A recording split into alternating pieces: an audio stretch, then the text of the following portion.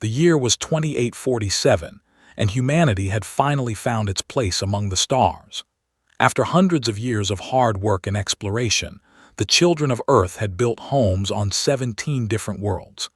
They had made friends with the Galactic Confederation, a group of 43 alien species that had lived in peace for over 10,000 years.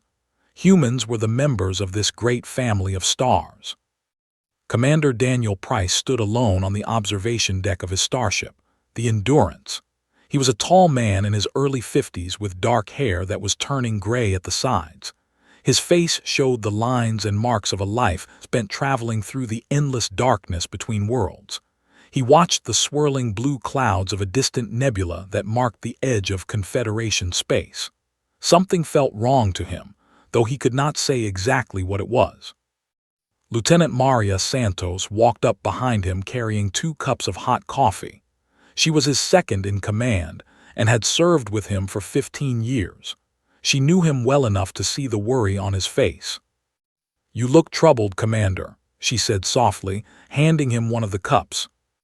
Daniel took the coffee and held it in both hands, feeling its warmth. "The delegation was supposed to meet us 3 days ago. They have never been late, not once in 200 years of contact with humans. They were special among all the alien species. They had started the Confederation thousands of years ago. They were wise and old and had helped many younger species find their way to the stars. If they were late, something was very wrong." Before Maria could say anything, the door to the observation deck burst open. Ensign Park, the young officer who handled communications, ran in. His face was white as paper, and his eyes were wide with fear. Daniel had seen many things in his long career, but he had rarely seen such terror on a man's face. "Commander," said, his voice shaking, "we are receiving a distress signal. It is on every frequency, every single one. It is being sent to the entire Confederation." Daniel felt a cold feeling spread through his chest. "Show me." The holographic display in the center of the deck flickered to life. What appeared on it was not the calm and peaceful face of an ambassador. Instead, it showed a nightmare. A creature filled the screen, a thing made of moving darkness that seemed to swallow the light around it. Behind this creature, a beautiful city was burning. Towers that had stood for 1,000 years were crumbling to dust. A voice came through the speakers, broken and full of despair. It was being translated by the ship's computers. "They came from the void between spaces. The owl. We thought they were gone forever. We thought they were just old stories. We were wrong. They have returned. To all who hear this message, run. Run as fast as you can. The owl will not stop until every living thing in the galaxy is dead." The transmission ended, and the display went dark. Maria's hand moved to the weapon at her side without her even thinking about it. "What do we do?" she asked. Daniel set down his coffee cup. His jaw was tight and his eyes were hard. "We do not run. We find out what we are dealing with. Then we figure out how to fight it." Within a few hours, the Endurance had met up with what was left of the fleet. Out of 10,000 mighty warships, only 12 remained. The survivors looked broken and lost. They told a story that seemed impossible to believe. The owl were not like other aliens. They were older than the galaxy itself. They were hunters from the space between dimensions, creatures that existed partly in this universe and partly somewhere else. Long ago, the first species to travel among the stars had sealed them away behind a barrier between worlds. For millions of years, that barrier had held strong. Now it had broken. Ambassador Has was one of the few leaders who had survived. He came aboard the Endurance to speak with the humans. His body glowed with a soft light, but that light was dim now, flickering with exhaustion and grief. He had lost his family, his friends, his entire world. "We have studied the owl attacks," Has explained to the gathered humans. His voice was tired but steady. "They are careful and organized. They eat worlds in order, starting with the most advanced species. They take the knowledge and power of each civilization they destroy. At the speed they are moving, they will reach the planet you call Earth, in about 18 of your months." Then we have 18 months to get ready, Daniel said firmly. Has looked at him with eyes that held thousands of years of wisdom and sorrow. Commander Price, I do not think you understand. The owl cannot be hurt by normal weapons. They exist partly outside our reality. Our strongest weapons pass right through them like they are made of smoke. In 10,000 years, we never found a way to stop them because we believed they were gone forever. We never thought we would need to fight them. Daniel stood straight and tall. He looked at the ancient alien without fear. With respect, Ambassador, humans did not survive this long by giving up when things looked impossible. We will find a way. We always do. Has studied the human commander for a long moment. In all his years, he had met many species. Some were wise, some were strong, some were quick to think, and others were brave in battle. But he had never met a species quite like these humans. There was something in their eyes, something that refused to accept defeat even when defeat was certain. Perhaps, Has said slowly, perhaps you will surprise us all. That night, Daniel stood alone once more on the observation deck. The stars shone cold and distant through the viewport. Somewhere out there, in the darkness between those stars, the owl were coming. They had destroyed civilizations that were ancient when humans were still living in caves. They had eaten entire worlds and grown fat on the screams of billions. But Daniel Price was not afraid. He was worried, yes. He was concerned for his crew, for his species, for all the innocent people who would suffer in the days ahead. But fear was something else entirely, and fear was not something he had time for. He thought about Earth, about the blue oceans and green forests he had not seen in years.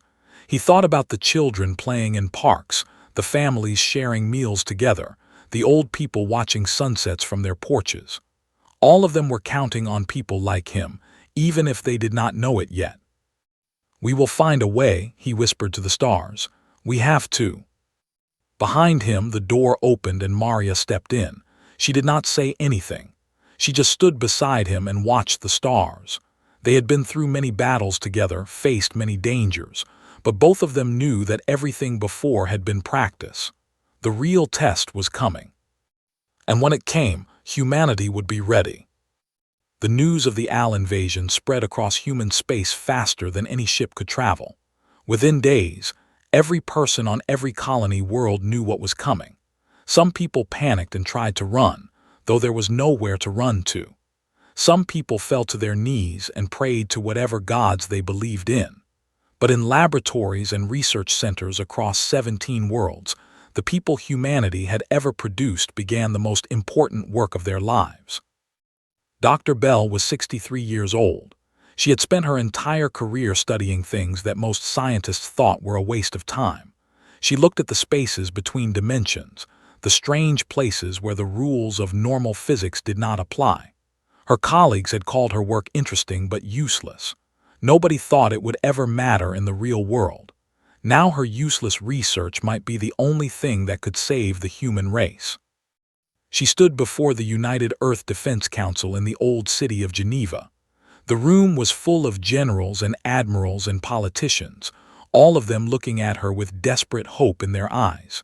Behind her, a holographic display showed her findings. The owl exists in two places at once, explained. Her voice was calm and clear, the voice of a teacher who had explained difficult things many times before. Part of them is in our universe, and part of them is somewhere else. That is why our weapons do not hurt them. The bullets and missiles pass through the part that is not really here. Admiral George leaned forward in his chair.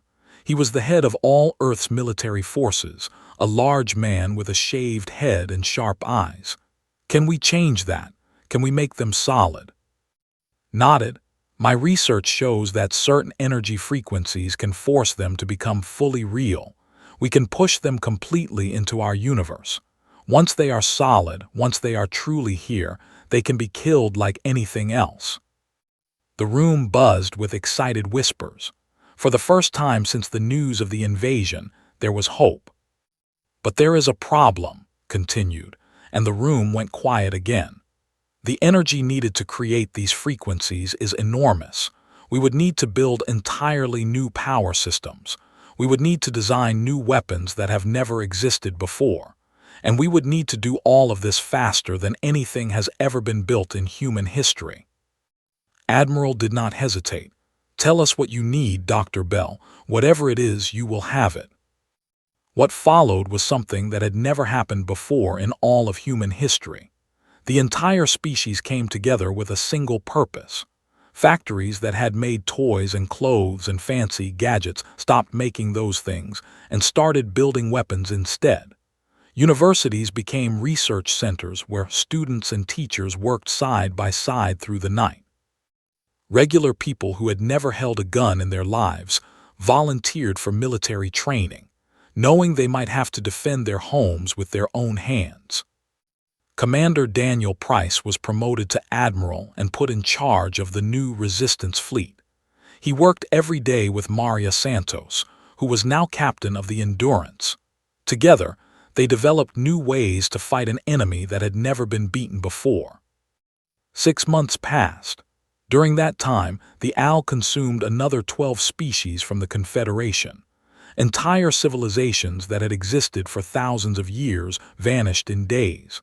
Planets that had been full of life became empty balls of rock floating in the cold darkness. Then came the worst news of all. The Fel, the oldest species in the galaxy, was nearly wiped out. Their beautiful cities, their great libraries full of knowledge collected over millions of years, their gardens and temples and monuments, all of it was gone in a single night of horror. Ambassador Has was aboard a human ship when it happened. He felt the screams of his people through the mental connection all shared. For 3 days he sat alone in his quarters, not eating, not sleeping, just sitting in the darkness with his grief. When he finally came out, he looked older somehow, though did not age the way humans did. He found Admiral Price on the bridge of the new flagship, a massive carrier called the Unconquerable. "Your species is our last hope," Has said, his voice heavy with sorrow. "All the other great civilizations have fallen. Only humanity remains. Do not let our sacrifice be without meaning." Daniel put his hand on the ambassador's shoulder. It was a human gesture of comfort, and he was not sure if Has would understand it. But the ancient alien seemed to appreciate it anyway. "We will make them pay for what they have done," Daniel promised. "I swear it." 3 months later, the first prototype weapons were ready for testing. Dr. Bell watched from a protected bunker on Mars as a small owl scout was lured into a trap. The creature was about the size of a bus, a mass of writhing shadows that seemed to drink in all the light around it. Human ships surrounded it in a careful formation. His heart was pounding. Everything depended on this moment. If the weapons worked, humanity had a chance. If they failed, there was nothing left to try. "Fire," she ordered. The frequency cannon sent invisible waves of energy washing over the owl scout. For one terrible second, nothing happened. Felt her hope starting to die. Then the creature began to scream. It was not a sound that existed in the air. It was a scream that somehow appeared directly inside the minds of everyone watching. The shadow creature twisted and writhed, and slowly, impossibly, it began to become solid. The darkness turned into something almost like flesh. A regular missile struck it, and the creature exploded into 1,000 pieces. The bunker erupted in cheers. Scientists who had worked without sleep for months hugged each other and cried with joy. Allowed herself a small smile, but only for a moment. "That was one small scout," she reminded them. "We need to be ready to fight millions of them." Her assistant, a young man named Grant, stepped up beside her. He had been with her since the beginning, working harder than anyone to make this moment possible.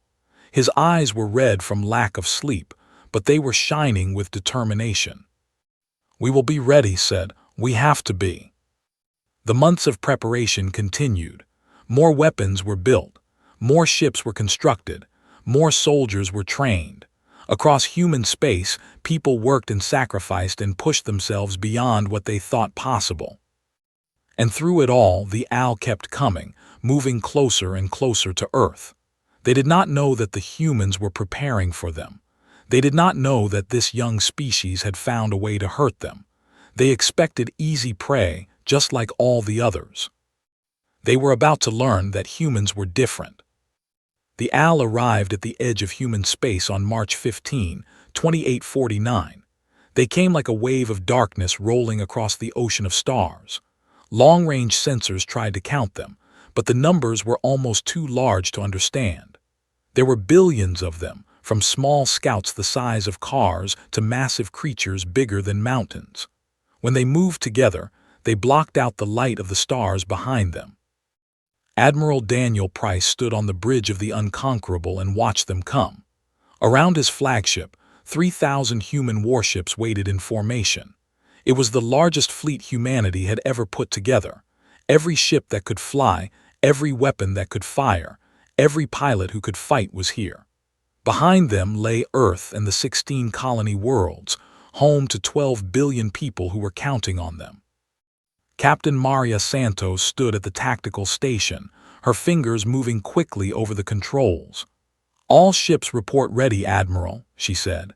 Her voice was steady, but Daniel could see the tension in her shoulders. Daniel nodded and opened a communication channel to the entire fleet. His voice would reach every ship, every station, every colony in human space. He had thought about what to say for days, but now that the moment had come, the words seemed to find themselves. "This is Admiral Price," he began. "By now, you all know what we are facing. The owl have destroyed civilizations that were old when our ancestors were still learning to make fire. Every species they have ever met has been wiped out." He paused, letting those words settle in. "But there is something the owl do not know about humans. We are stubborn. When someone tells us something is impossible, we find a way to do it anyway. When our backs are against the wall, we fight harder than anyone thinks we can. Today, we are not just fighting for ourselves. We are fighting for every species that fell before us. We are fighting for every species that might come after us. Today, we hold the line." The owl attacked without warning. Their leading creatures crashed against the human fleet like a dark wave hitting a wall of stone.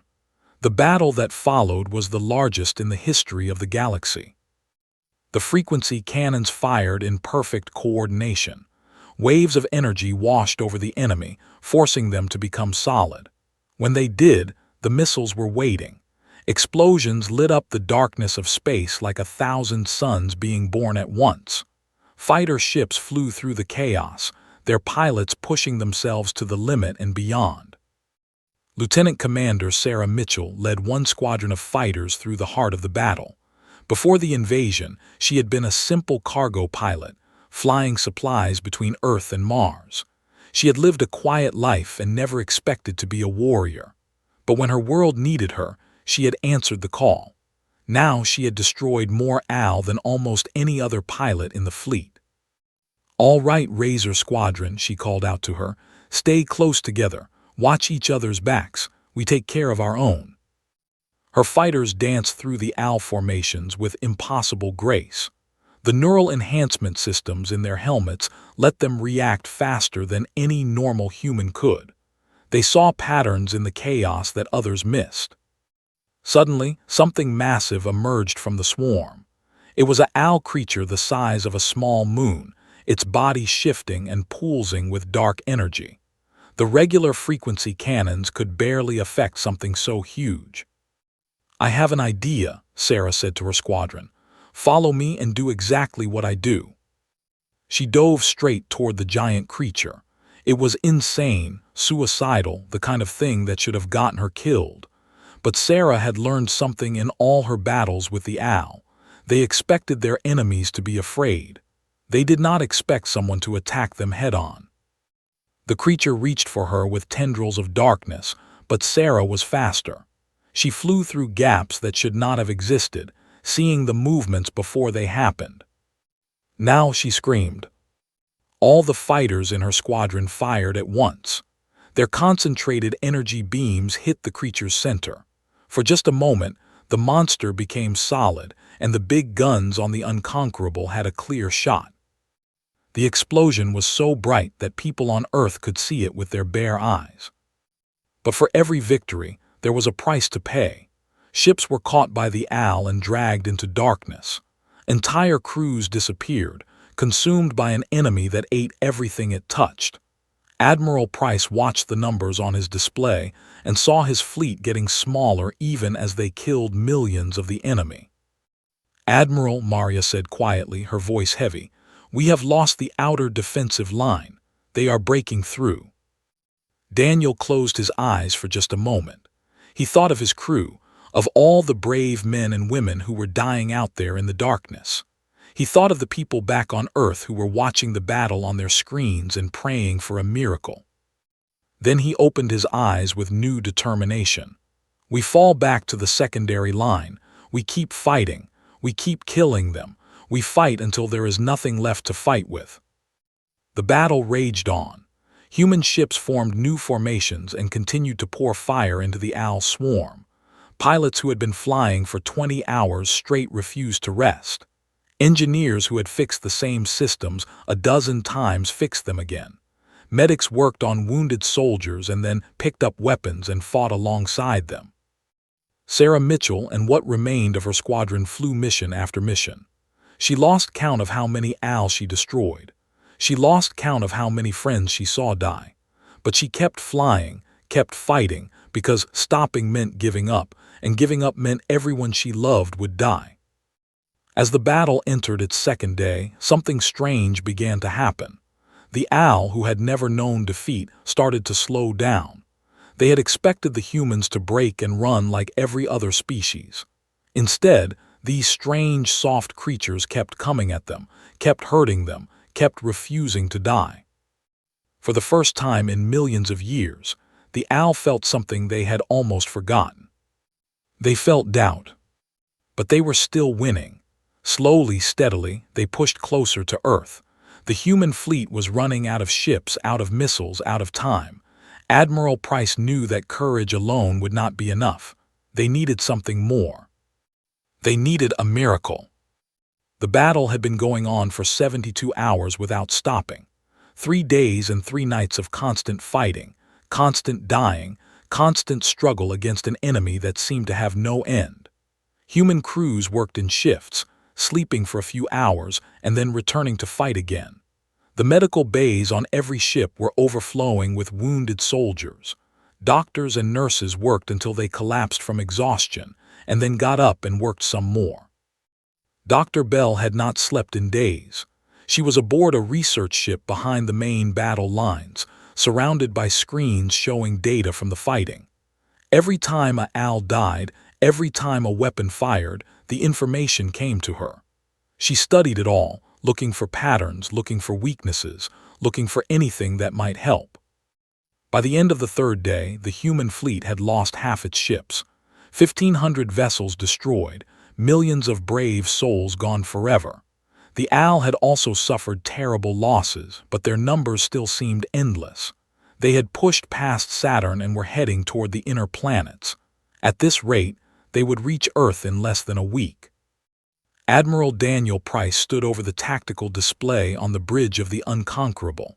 He had not slept either.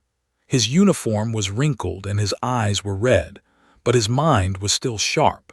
He watched the battle unfold in miniature on the holographic screen and saw what he had been afraid to admit. "We cannot win like this," he said to Maria, who stood beside him. "There are too many of them." Maria nodded. Her own face showed the same exhaustion, the same pain. "What do we do? There must be something."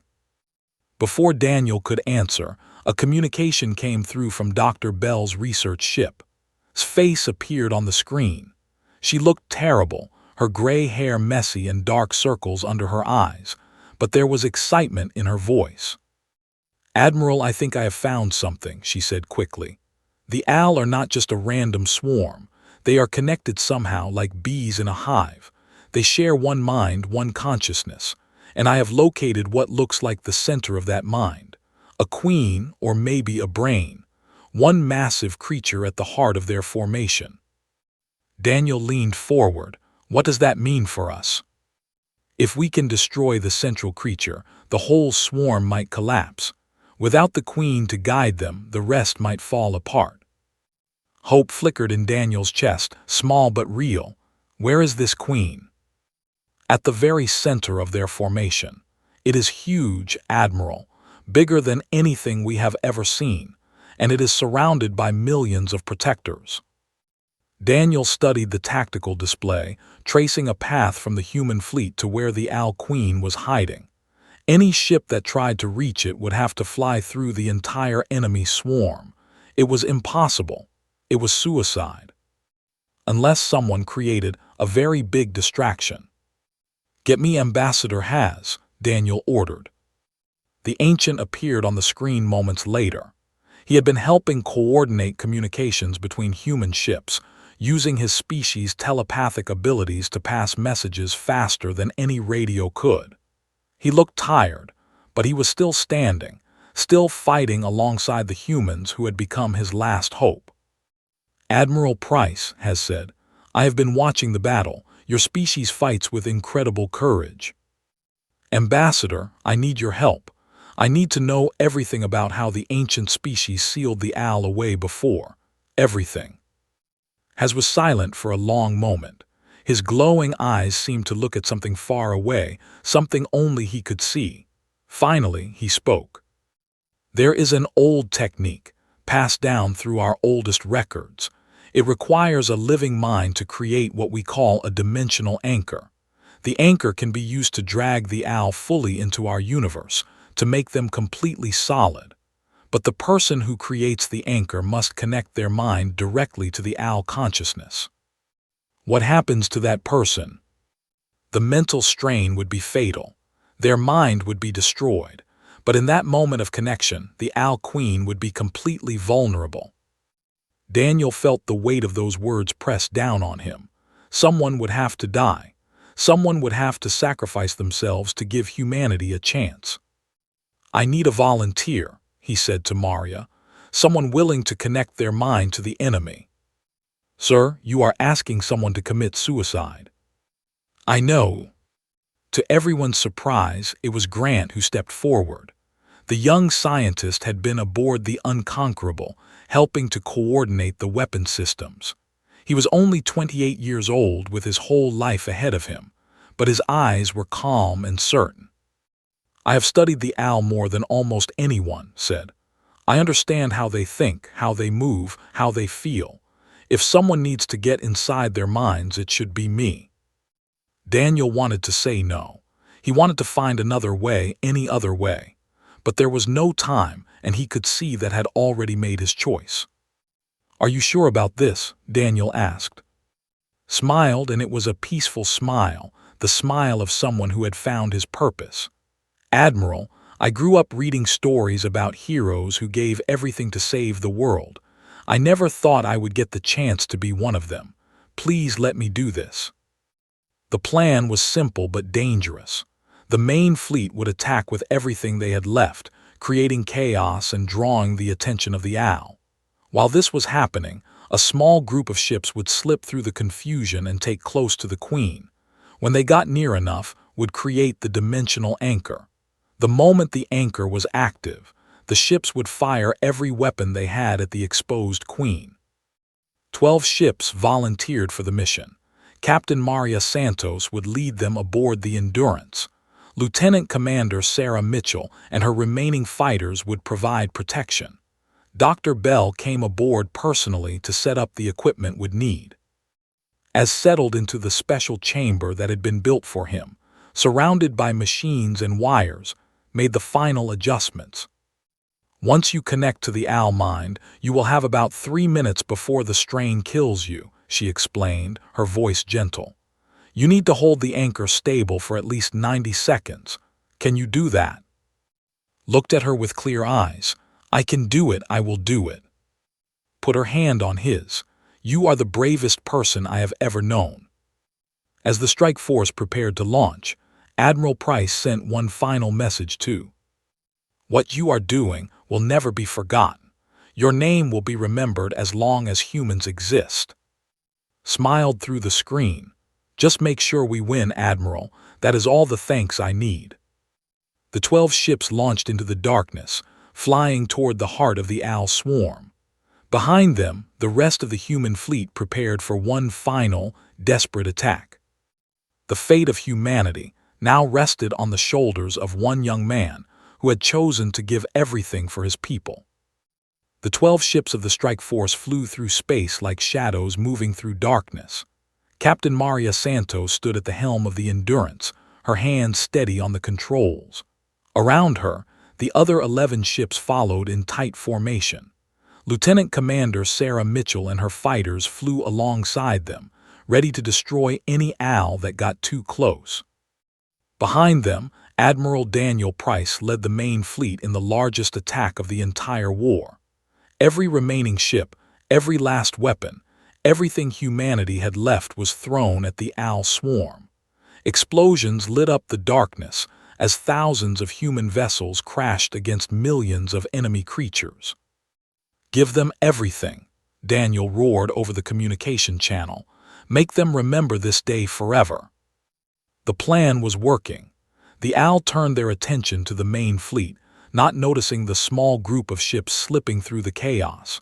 Sarah and her fighters destroyed any scouts that came near, clearing a path through the swarm. Inside his special chamber aboard the Endurance, Grant sat surrounded by machines. Wires connected his head to the frequency equipment. Dr. Bell stood nearby, watching the screens that showed his vital signs.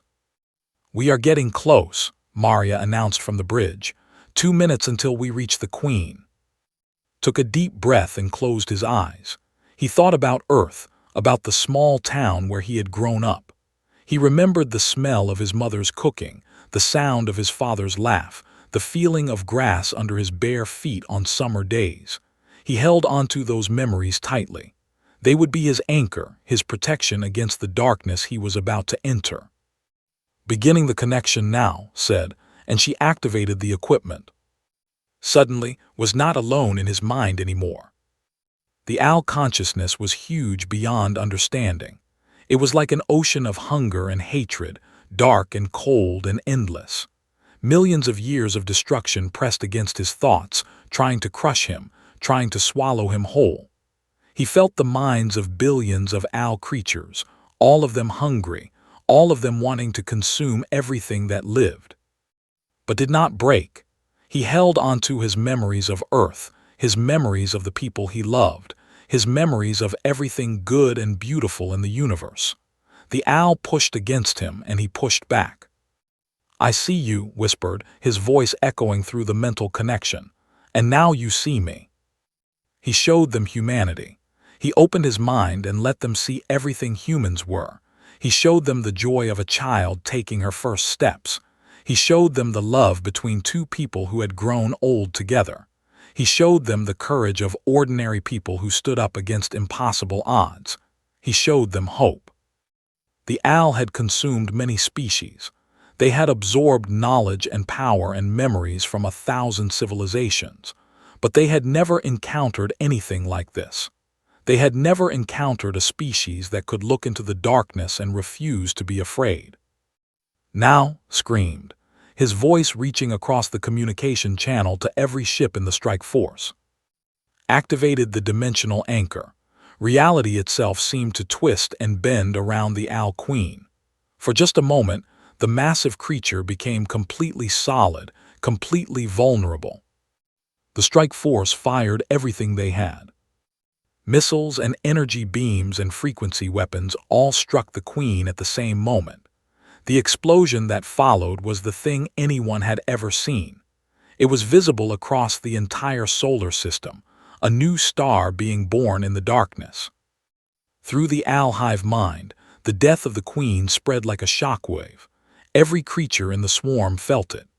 Billions of owls screamed with one voice as the connection that bound them together was torn apart. And then they were gone. The swarm collapsed like a puppet whose strings had been cut. The darkness that had covered the stars pulled back and vanished. The owl that survived fled back toward the dimensional barrier, broken and confused, no longer the unstoppable force they had been. Admiral Daniel Price watched them go from the bridge of the unconquerable.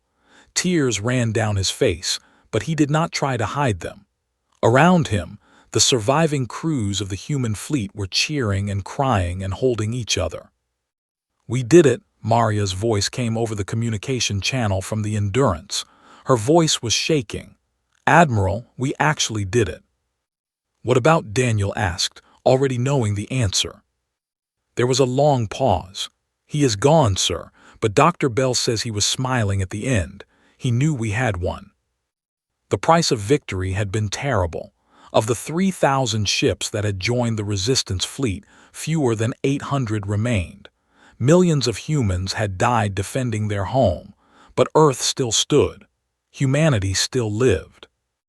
In the days that followed, the other species of the galaxy began to emerge from hiding. They had watched the battle from far away, expecting to see humanity destroyed like all the others. Instead, they saw something that had never happened before. They saw the owl defeated. The Galactic Confederation was rebuilt, and this time humans took a leading role. The young species that had barely joined the stars had proven themselves to be the strongest of all. Other species came to Earth to learn from them, to understand how they had done the impossible. Dr. Bell was given every award and honor that existed, but she always said that the credit belonged to the people who had worked beside her, especially Grant. She spent the rest of her life teaching young scientists, making sure that his sacrifice would never be forgotten. Admiral Daniel Price retired to a small farm in Montana, in the mountains where he had grown up. He spent his remaining years writing about the war and teaching young officers who came from all over the galaxy to learn from the man who had held the line. Lieutenant Commander Sarah Mitchell became a legend among pilots.